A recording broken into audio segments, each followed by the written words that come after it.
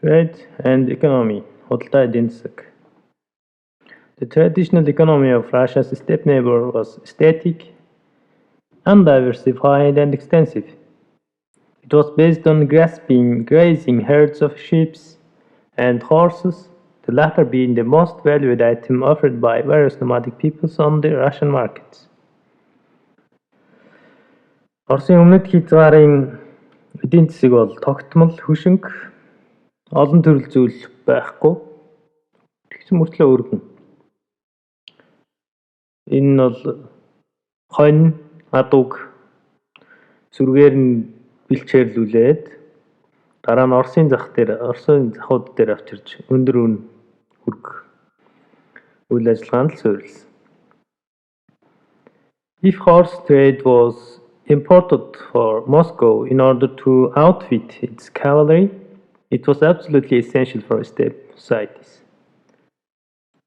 Хэрвээ морины худалдаа Оросуудад морин цэргийн нөхөн хангалтанд хэрэгтэй байсан юм гэвэл мэдээж энэ бас талын нийтлэгүүдэд талын хүмүүст өөрсдөд нь мэдээж маш чухал зүйл байсан.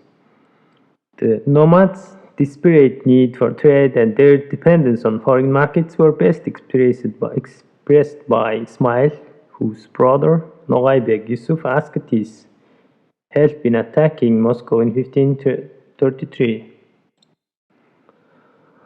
За нүүдэлчдийн энэ худалдааны болон хэрэгцээ болоод гадаад зах зээлээс хамааралтай байдаг нөхцөл байдлыг өөрийн ах Ногаийн ноён Юсуфээс 1533 онд Москвагийн эсрэг дайралт хийх үедээ тусламж хүссэн Исмаилийн тайлбараар хамгийн сайн илэрхийлж болно.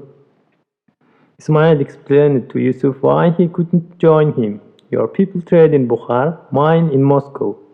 If I began war against Moscow, I and my people will be completely impoverished. За Исмаил бол Юсуфтэй яагаад тэр үнэтэй хамт дайн хийж чадахгүй гэдгийг тайлбарласан. Ингээд дараах байдлаар чи Бухарт худалдаа хийдэг, миний зах бол Москва. Хэрвээ би чамтай нийлж Москваг довтлол би болоод миний хүмүүс хүч чадлаа алдаж, бүрэн алдаж штэ. Оростой худалдаа хийж чадахгүй болж штэ. In the 16th and 17th century, horse trade with nomads was strictly controlled by Russian authorities and took place at designated place near Moscow or in several Russian towns along the Volga. 16-17 дугаар зууны туршид морины худалдаа нүүдэлчдэд хийж байгаа морины худалдааг Оросын засгийн газар хатуу хяналтанд ойлгож байсан. Тэгээ Москвагийн ойролцоо болоод ижил мөрний дагуу хэдэн хотуудад онцгойлон зах нээсэн. Horses were brought by nomadic merchants parties known as ордобазарная станица, literally traveling bazaar of horde. And such merchant parties could be quite large. One party dispatched by Nogais to Moscow in 1555 comprised 1,000 merchants with 20,000 horses.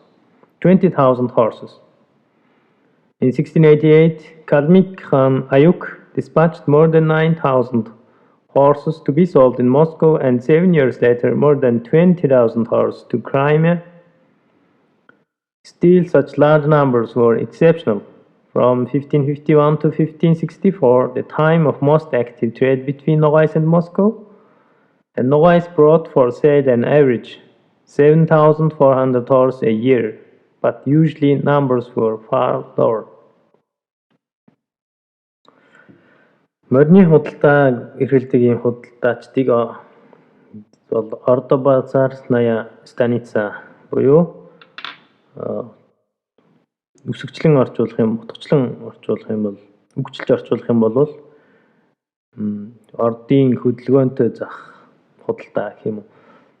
Одоо панз 8 гэдэг шиг те. Гэсэн утгатай. Ийм худалдаачд бол маш өргөн том хэмжээтэй байсан. Жишээлбэл 1555 онд Ногайн ийм худалдаачид 1000 Мянган худалдаачид 20,000 морь авч ирж Москвад худалдсан болвол 1688 онд Халимгийн хаан аюуг 9,000-аас илүү морь зархаар Москва руу илгээж исэн ба тэгээд дараа жил нь Киринд 7 жилийн дараа Киринд 20,000 морь зарсан. Ийм олон тоотой морины худалдаа бол маш олон. 1551-ээс 1564 онд жишээлбэл ийм ногой болон Москвагийн хооронд морины худалдаа бол хамгийн идэвхтэй байсан. Тэгээд 7400 морийг жил тутам зарж исэн. Гэхдээ энэ тоо бол маш бага, хамгийн багаар тооцож тэмдэглэсэн гэдгийг ойлгох хэрэгтэй. A typical Nogai horse merchants party arrived in Moscow in 1579.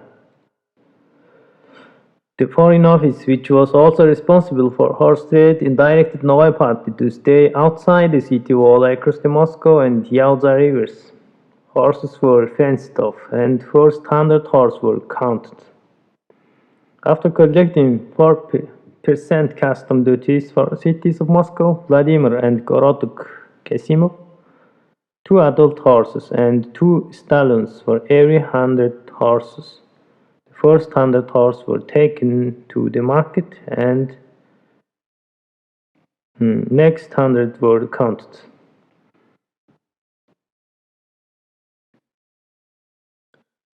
Ногоон ийм морины худалдаа Москвад 1579 оноос хойш энгийн л худалдаа болсон.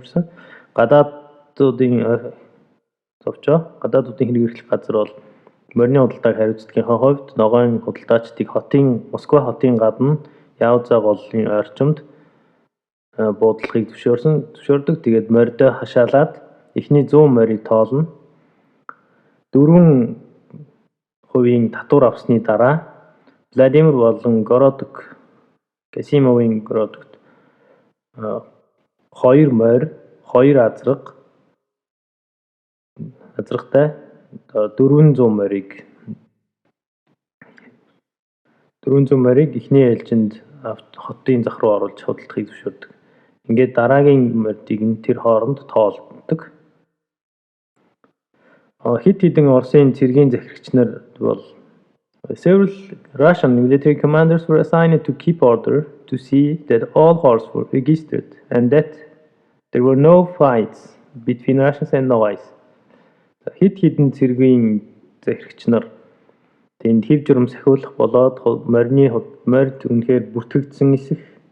Тэгээд Орос болон Ногой нарын хооронд зөрчил маргаан байх хэсгийг хяндаг. The Russian commanders faced severe punishment if they allowed non-military service peoples, merchants or churchmen to purchase horse.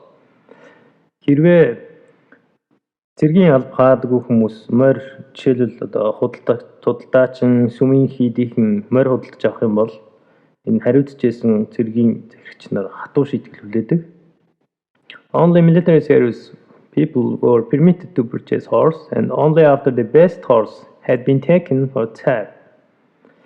Зөвхөн цар хамгийн сайн морьдыг авсны дараа цэргийн алба хааж байгаа цэргийн үүрэгтэй хүмүүс морь авахыг зөвшөөрдөг. Items allowed for trade were various types of woolens and other cloth, but items of any military significance whatsoever were banned. Copper, tin, lead, iron, salt, pepper, sulfur, gunpowder, bullets, firearm, spear, sabers, and other ironware. Ингээд зис болоо төмөр сульфур дайр хийдэг нунтаг сум галт зэвсэг жад сэлэм гих мэдчлэн болон үүнээс бусад төмөр эд хэрэглэлийг өөрөөр хэлбэл цэргийн ямар нэгэн зэвсгийн хувьд ашиглагдаж болох тийм зүйлсийг нүүдэлчдэд худалдаалахыг хоригддог, хатуу хяндаг. Тэгээд модон болон хувцас хэрэглэлийн олон төрлийн зүйлээр нүүдэлчдэд худалдаалахыг зөвшөөрдөг. Violators were to be arrested and brought to the head of Foreign Office, Diak Alexei Shalkadov, where their merchandise would be confiscated into Tsar's treasury. За тэгээд зөрчил гаргасан нөхөд бол гадаадуудын газарт хүргэгдээд хөрөнгө нь хааны царийн эрдэнсийн санд хураагддаг. Russian market had enormous lure of nomads. In the 16th century, Nogai sought to obtain from Moscow a wide variety of products: fur, woolens, hats, armor, paper, teas, tin, pots, nails, saddles, falcons, and gold, silver, and tin sheds. За Оросын зах зээл бол нүүдэлчдэд маш өргөн хүрээний бараа бүтээгдэхүүнийг санал болгодог. 16 дугаар зуунд ногой нэр Оросын захуудаас, Москвагийн захуудаас олон янзын бүтээгдэхүүн худалдаж авахыг эрмэлзэж байсан. Үүнд нь бол буулга, носон эдлэл, малгай, хуйг шиг тийм цаас, тэгээд тоогоо, эмээл, бүргэд, алт, мөнгөн, тавг гэх мэт зүйлс. Even such traditional items as armor, saddles, уламжлалт зэвсгийн зүйлийг бас зарж болно. Жишээлбэл хуйг, эмээл гэх мэт. And bridles and quivers were prized more highly if they came from Moscovite craftsmen. Тэгээд энэ уламжлалт хэргийн зэвсэг хэрвээ Оросын дархан хийсэн байвал маш өндөр үнээр зарж болно. In the late 17th century, Kalmyks increasingly sold their horse for cash to buy many of these items in Russian markets. 17 дугаар зууны сүүл үеэр халимгууд ийм Орос дархны цэргийн хуучин уламжлалт цэргийн зэвсэг худалдаж авахыг маш ихээр худалдаж авч ирсэн. At the same time, North Caucasus government allowed only barter with local or Persian merchants and expanded list of banned merchandise to include gold, silver, cash, slaves, and hunting birds. Харин Хойд Кавказ болоод Персийн зах худалдаачтай худалдаа хийхэд урт хориотой бараа бүтээгдэхүүний жагсаалтыг их юуны өмнө харгалзаж үзэх хэрэгтэй байсан. Энэ жагсаалтанд алт, мөнгө, бэлэн мөнгө, боол, ангийн шувуу зэргийг багтаасан ийм жагсаалт байдаг. Banned items varied slightly from region to region, except for a continuous and overarching ban on the trade in arms. За хориотой зүйлс бол бүс нутаг орон болгонд өөр. Тэгээд цэргийн зэвсгийн худалдаа дээр бол урт удаан үргэлжилсэн хорио байсан.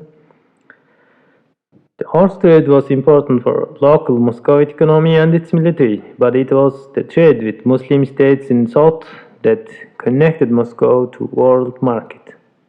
Морины худалдаа бол Москвагийн эдийн засаг болоод цэргийн байд чадварт маш чухал. Цэргийн чадамжинд. Гэхдээ энэ бас өмнөд хэсгийд байгаа исламын шашинтай хотуудыг Москвагийн худалдааны ертөнцтэй нэгтгэхэд чухал үүрэгтэй байсан.